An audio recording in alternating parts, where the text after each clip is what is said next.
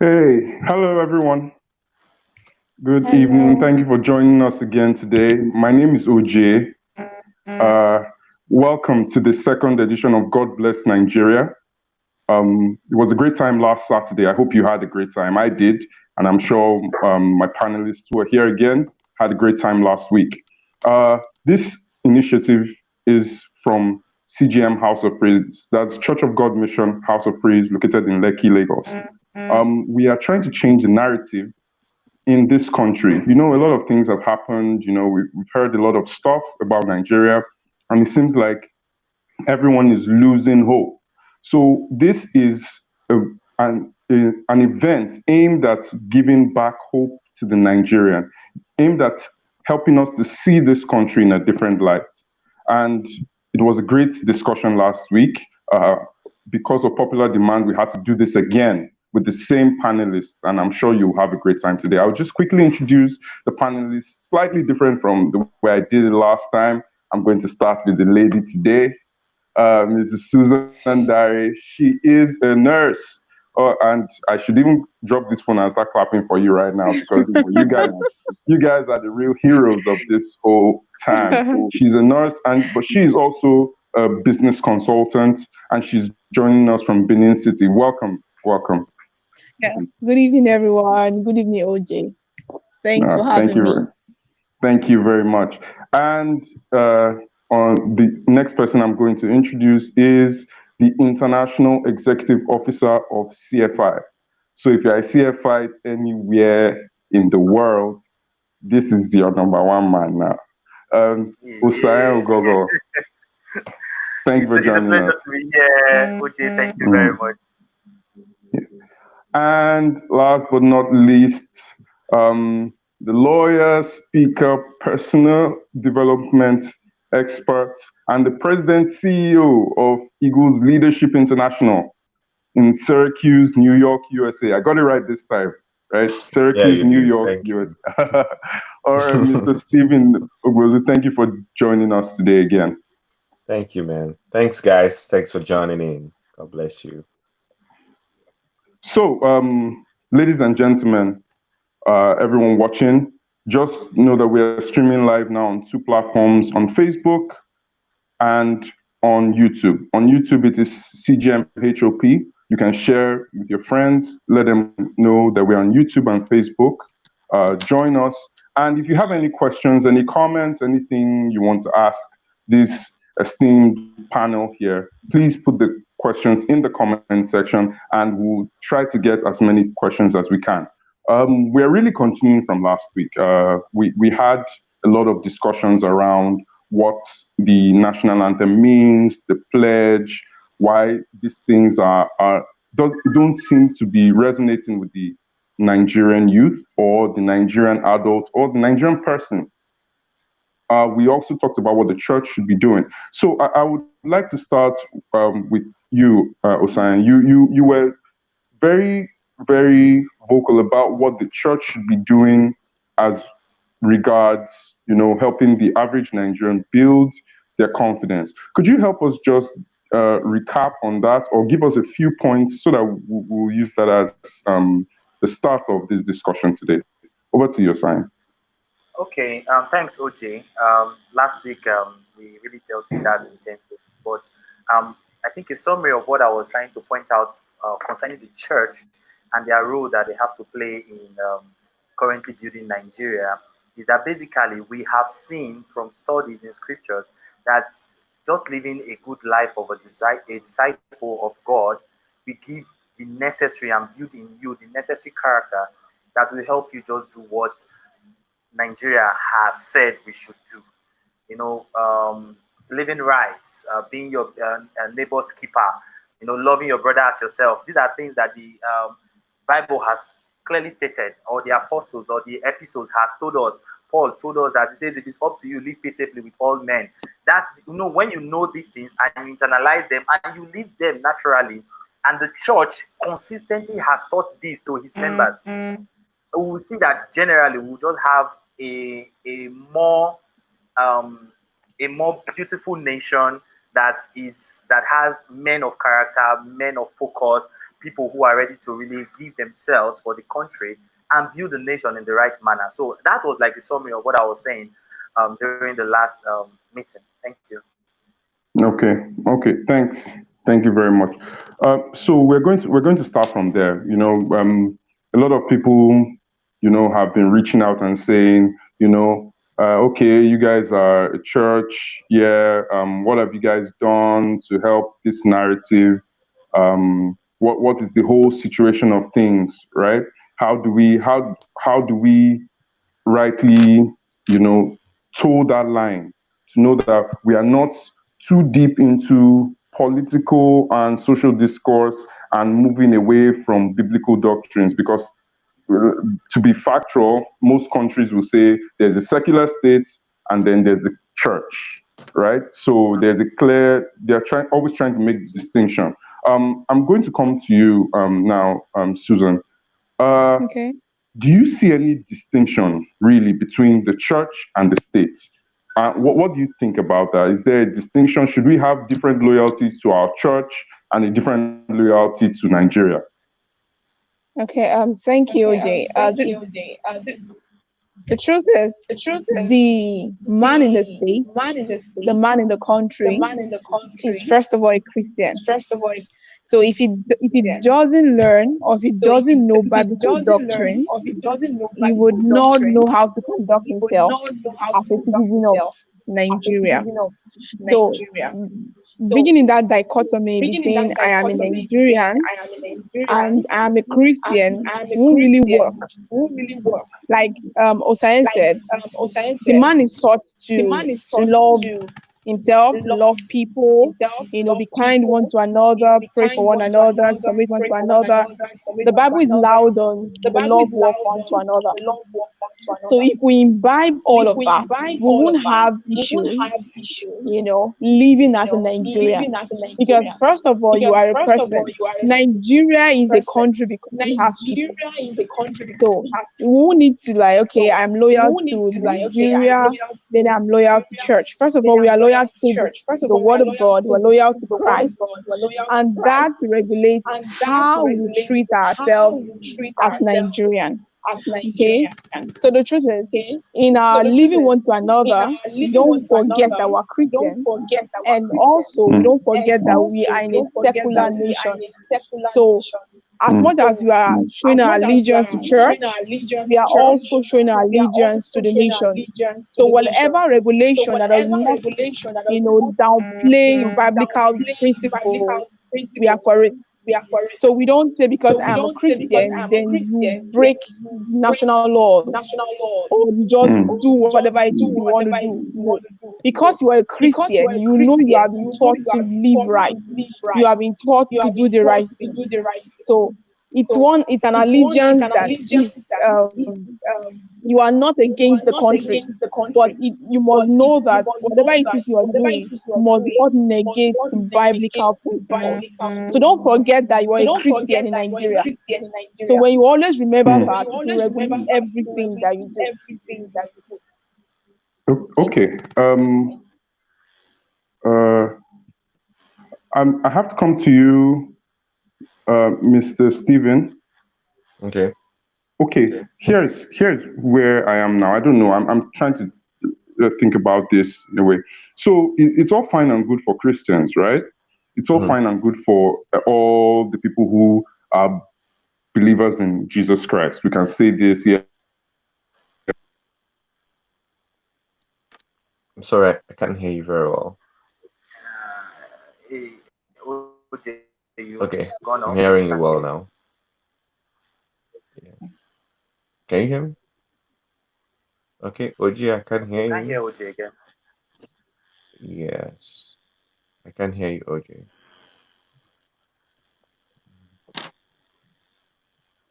I can hear you now. Okay, is it better now? Okay, it's better now. Yes. Oh, apologize for that. Don't know what happened there. Technology. So as I was saying, I still can't I'm trying to wrap my head around this. It's all fine and good for Christians, but how do we pass this message along to people who say, okay, you've said this, I don't believe in your Bible, right? I don't believe in all that stuff. How do we tell these people that Nigeria is their country and they should, believe in it beyond, what we're saying to Christians? How do we reach out to non-Christians as well? Yeah, I think that non-Christians have to realize that even the Bible recognizes nations, recognizes political institutions or governmental structures or institutions. So once you are able to establish this fact and you are able to give them reasons, first of all, you have to make them understand that even the Bible talks about paying tax, because Jesus paid tax, and that Jesus encouraged the disciples to pay tax. Once you are able to make them realize the nexus between the nation or governmental institution and the Bible, all right, they will have more reasons to believe that, yes, the Bible is in support of Christianity. I mean, is in support of national governmental institutions. All right. So again, another reason you have to give them is this. Romans 13 verse 4 says, "For he is the minister of God to thee for good. But if thou do that which is evil, be afraid, for he beareth not the sword in vain, for he is the minister of God, a revenger to execute wrath upon him that doeth evil." Now, he gave them a reason that that even the police, like I mentioned the last time, the police, which is a governmental institution, Nigerian police force, and the military as a whole, is rooted in God's word, and that they don't do what they do just because they are established by the government. If you give them the reasons that even the Bible supports what they do, then they will have more reasons to believe you, right? So you have to give them reasons that the government, the governors, those in authority, as the Bible says that we should respect or obey those in authorities, okay? They are all rooted in the scriptures. You just have to give them reasons, and they will believe you more if you give them reasons. Yeah. Okay. I would like to. I would like to stick with you, Stephen, on this. I recently, watched. People always say this, right? I watch videos all the time. Let me not speak with the one I personally watch, but generally watch videos all the time of Nigerians in other countries, obeying the rules, doing all that. Is it possible, do you think, that Nigerians can take that habit or those attitudes and bring it back here to Nigeria? Absolutely. And exhibit it?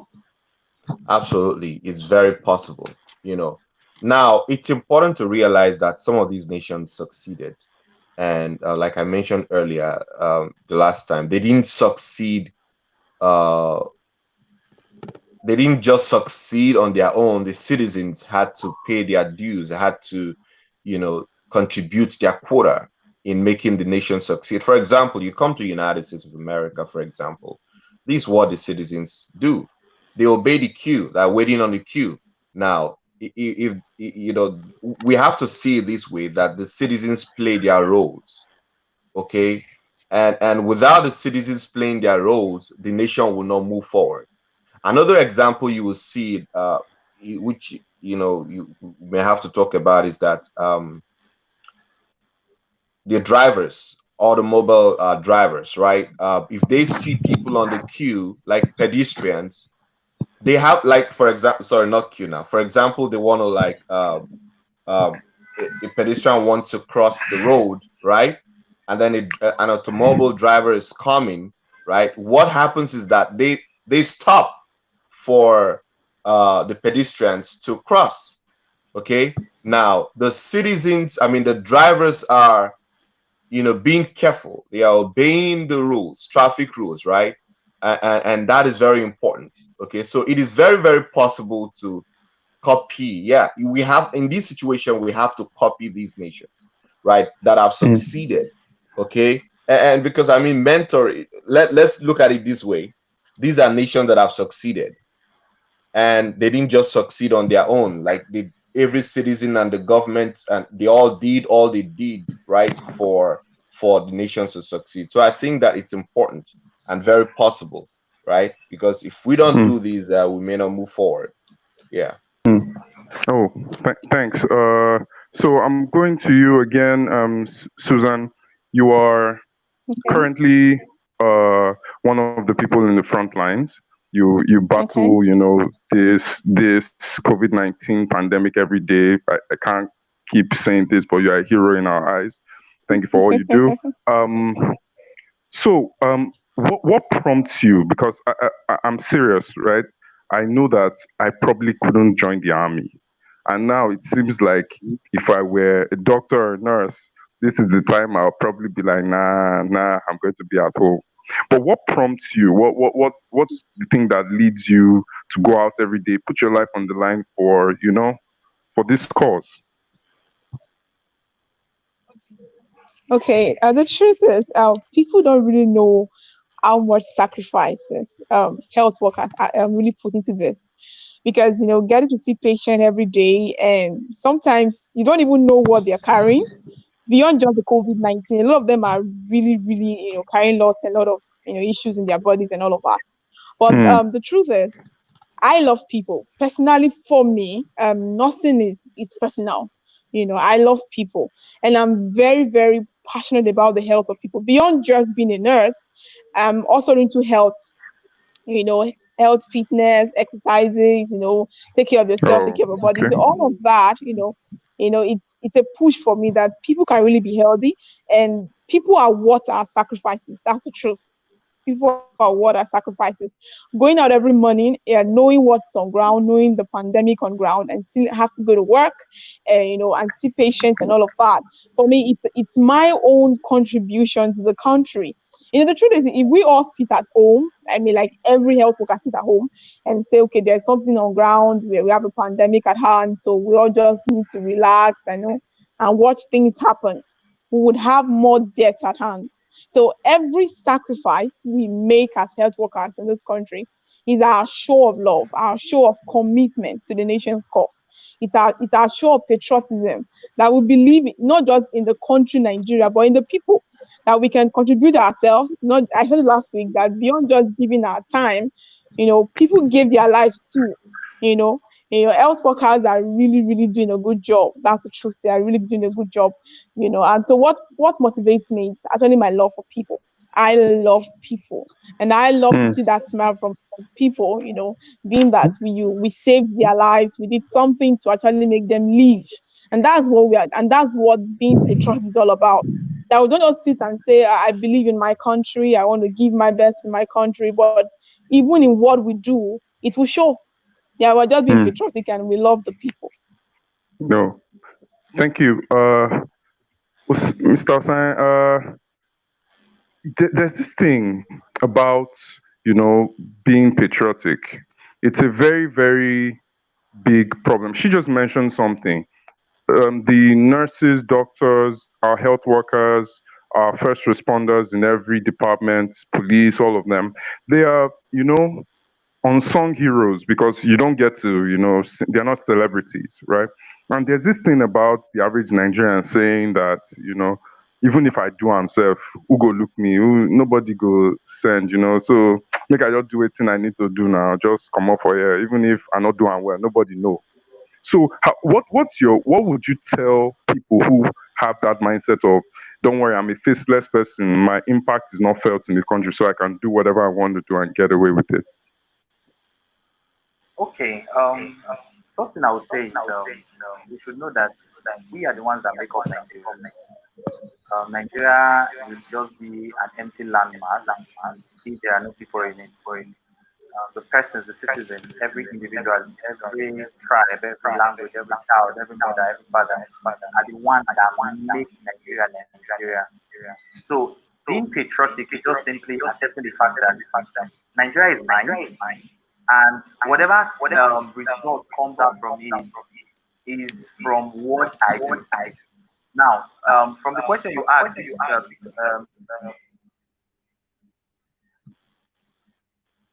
can you hear me? Okay, you're back on. Okay. Yeah, so from the question which you asked about people who think that they are too small to make an impact, um, we have heard so many stories about people who were not in the front, who were not politicians, who were not doctors, who were not nurses, who, like for instance, I think there was an African man. I think you've gone off again. You need to put that Can you hear me? Yes, better now. Okay. So there was a story that was running one time about the fire caught up in a building, and then there was a guy, an African, who actually climbed up the building to assist. Oh yes, I saw it. Yes, it was in France. In France, yes. He was not a firefighter. Neither was he one very unique, maybe probably person in the state. No, he just saw it as I'm a citizen. I have the capacity or the ability to climb up and help this person. And me doing it is just me helping through in this situation. So let me play my part. Now, so for instance, like Stephen told us, standing in the queue, stopping at a zebra crossing or in a traffic light. When you are in the bank, being responsible for yourself, just doing those little things that you can do makes you a patriotic Nigeria. When the government comes out, like during this pandemic, and says, stay at home, you staying at home, it's just you becoming patriotic. Because sometimes the word patriotic makes it look so big that people think you have to do something exceptional for you to now be patriotic. No, it is just the little things that have been placed in the constitution of Nigeria that have been placed in one place or the other that helps you. Like for instance, even sanitation. People just see sanitation as a time to stay at home. We do sanitation in Nigeria at the various things. Sanitation is not a time for you to rest. Sanitation was meant for you to clean your environment. So if you cannot just do your sanitation, then yes, you are looking for that exceptionality to be a patriotic, then you are failed. Then just those little things you do, those little instructions you follow, those times you keep. Like for instance, there's coffee in the country from 8 o'clock now. Stay at home. It's a simple thing. Be patriotic. Stay at home. When it's time to vote, be patriotic. Go and vote. So those little things are the things that make you patriotic. So don't say you are too small. Your fingerprint, your fingerprint on the voting card, it's as much patriotism you can give to your nation. So it's the little things you do. Know that you that is Nigeria. Make sure that you play a part and your role as a Nigerian, and then you see we'll have a better nation. No. Stephen, so there was a question that popped up while we're discussing. I'm going to start with you. It said, how can I be patriotic in a country that doesn't care about me? Help me, please. I don't even know where to start with this one. So Stephen, how do you address people who feel that the country doesn't care about them? How do they do this? Okay, so these to reiterate what Suzanne said earlier. First of all, you have to realize that the government, the country, is just an entity. It's not a human being. We all make up the government. All right. So if you have that mentality, that's going to help big time, right? Because now you are thinking those in authorities are the people that, first of all, we pay those in authorities, right? For example, we are the ones that we pay our taxes, right? Yeah. One way or the other, we pay our taxes. So we empower. We are the ones. In fact, when people want to come into power, you have to see yourself as important. For example, without you, they cannot come into power. When you have that in the back of your mind and see how powerful you are and how powerful you place people in places of authority, then you are able to take decisions without recourse to the fact that the government is not supporting you. For example, we just have to understand that we are very powerful as a people. All right, if you look at the Constitution of the Federal Republic of Nigeria, it starts with "We the people of the Federal Republic of Nigeria." We the people. So without the government, without the people, the government is not complete. Okay, so when you have that in the back of your mind, you are at the center stage of decisions that can help you and help the nation.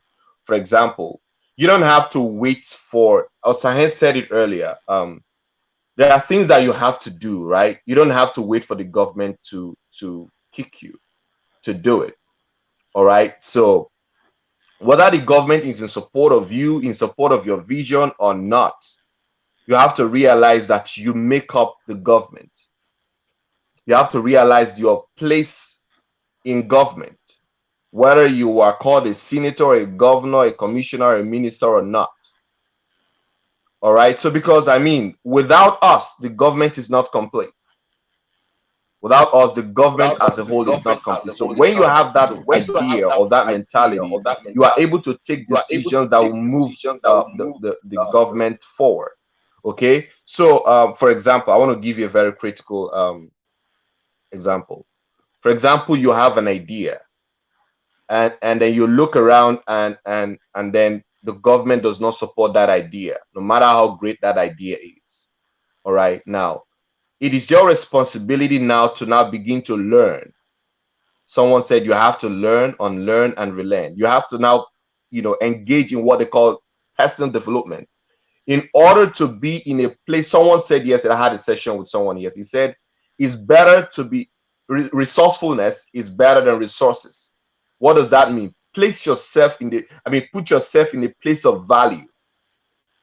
Because even there are some situations that without the government has to look for people with great ideas to be able to do some certain things. I don't know if you get what I'm saying. So it's better to be resourceful instead of chasing the resources. When you have that mentality and you're able to do a lot of things that take you to that position of being resourceful, the government will seek you. And so you don't have to depend on the government for anything. Yeah. Okay. Let's get to Susan. So I would like you to speak on this as well. What do you think? What would be your advice to somebody who feels, the country doesn't even care about me? So how can I care about the country? Okay. Did you get my question? Okay. Usan, can you get on this? Okay. She got my question. The truth is, if we're going to make impact in a country like ours, we must first of all remove that mentality of I must be known. Okay. I think we've lost Suzanne for now. Sam, please, can you just follow up on that question? Myself, right? Yes, please. Okay, so I'm going to start with something that I heard the Archbishop Benson Idahosa said one time. He said, forgive me to say this, he says we are the ones to help the nation. He constructed it like this. He says the government is poor. We are the ones that we give to the government. Now, with this kind of a mindset, I believe that you would less, people that always have this mindset of the government is not helping me. Why should I give out to the other people that have what do they call this thing? I've forgotten the English they call it. It's you should always have this in back of your mind that I am, like I said initially, I am the Nigeria that will be. And whatever it is that Nigeria will become will be from what I develop out of it. The people who decided to make Nigeria an independent nation, who came together, were men who decided to think and apply then there was nothing like a government. But then they knew that it is time for us to be independent and for us to act on these things and make something out of Nigeria. So also should every citizen of Nigeria have in back of their mind that I have a responsibility to play.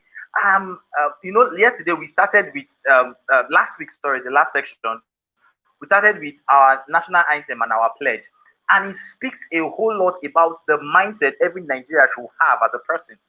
it is you giving to your nation. It is your service to the nation. Whether or not the nation is helping you or not, you have a role to play. You have an input to play.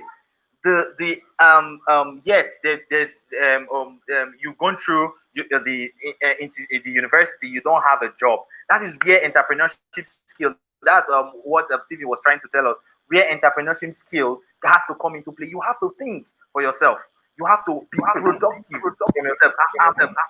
I don't want to pull out the position where yes, the government has to play. But we shouldn't wait for the government to do the things that we need. Okay. Because let me end with this. Patriotism itself is beneficial to you. Because every single thing you do that is good, every single thing you do that is right, has a ripple effect of causing your own comfort, your own peace of mind, your own joy. So why don't you do it for yourself?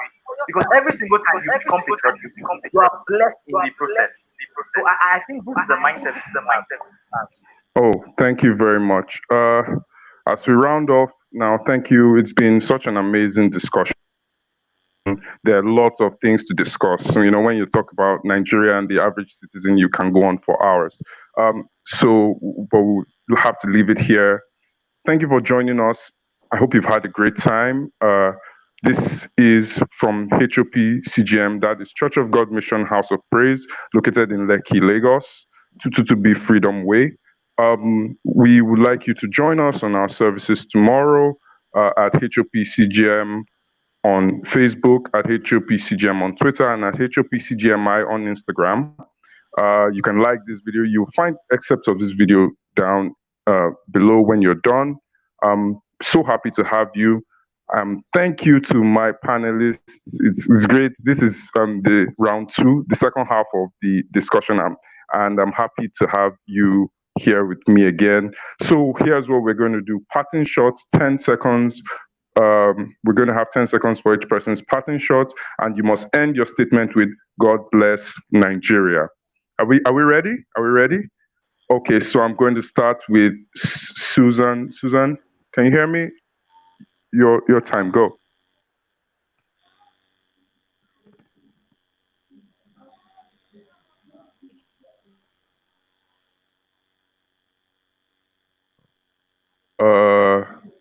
Hello? Okay. Susan, when you're ready, you let me know. Mr. Stephen, your time. Okay, so first of all, I think it's important to take up the responsibility, right? Nigeria needs you, all right? In order for us to build the nation, you have to use your gift, your talent to serve this nation with your heart, your might, strength, and everything you've got. So do it so that Nigeria will be a great nation for every one of us. God bless Nigeria.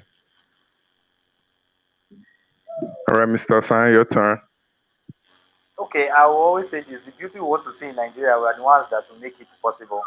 So it's our responsibility to act. It's our responsibility to act right. It's our responsibility also to correct those who are acting wrong in the best way and amicable way we can. Thank you very much for being a great citizens, and God bless Nigeria. All right, Susan, your turn. Go.